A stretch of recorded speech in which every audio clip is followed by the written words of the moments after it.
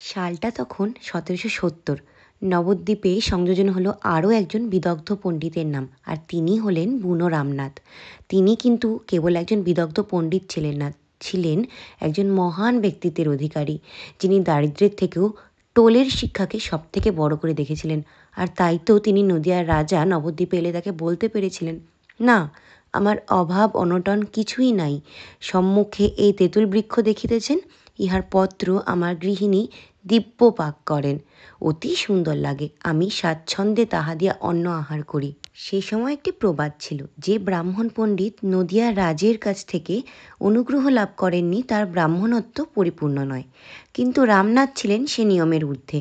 নিজের জ্ঞানের গৌরব দিয়ে নবদ্বীপের বিদ্যাচর্চার ধারাটাই বদলে দিয়েছিলেন সে যুগে। সেকালে নিয়ম ছিল নদিয়া রাজ দরবারে গিয়ে নিজের বিদ্যার পরিচয় দিয়ে নিষ্কর জমি সহ অর্থ সাহায্যে টোল খুলে অধ্যাপনা শুরু করা। কিন্তু বুনো রামনাথ রাজার দরজায় গিয়ে সাহায্য ভিক্ষা করলেন না। তিনি বিদ্যাকে নিজের সুখ স্বাচ্ছন্দ্যের জন্য ব্যবহার করতে চাননি।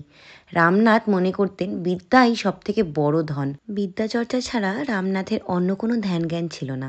তার দারিদ্রতার জন্য ছাত্রদের জানালেন, আমি নিতান্ত দরিদ্র, তোমাদের খাওয়া পড়ার ব্যবস্থা করার সামর্থ্য আমার নেই। উত্তরের শিক্ষার্থীরা তাকে বলেছিলেন, গুরুদেব, আমরা বিদ্যার্থী হয়ে এসেছি, আহারার্থী হয়ে নয়। আমাদের ব্যবস্থা আমরা নিজেরাই করব, আপনি শুধু আমাদের পাঠদান করুন। এরপর একদিন মহারাজা নিজেই এসে উপস্থিত হলেন রামনাথের পর্ণকুটিরে। তার সুপ্ত ইচ্ছা ছিল জ্ঞানী এই পণ্ডিতকে কিছু দিয়ে সাহায্য করা।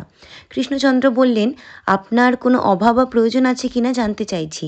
রামনাথ বললেন, না, আমার তো কিছু প্রয়োজন আছে বলে মনে পড়ছে না।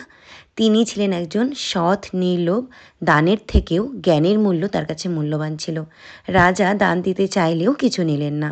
এরপর 1886 খ্রিস্টাব্দে অবিভক্ত বাংলার একজন লখনৌ ব্যবসায়ী বাবুলাল আগরওয়ালের সাহায্যে পাকা ঘর তৈরি হলে সেটি পাকাটোল নামে পরিচিত হয়, আর আজ এটি নবদ্বীপ সংস্কৃত কলেজ নামে পরিচিত।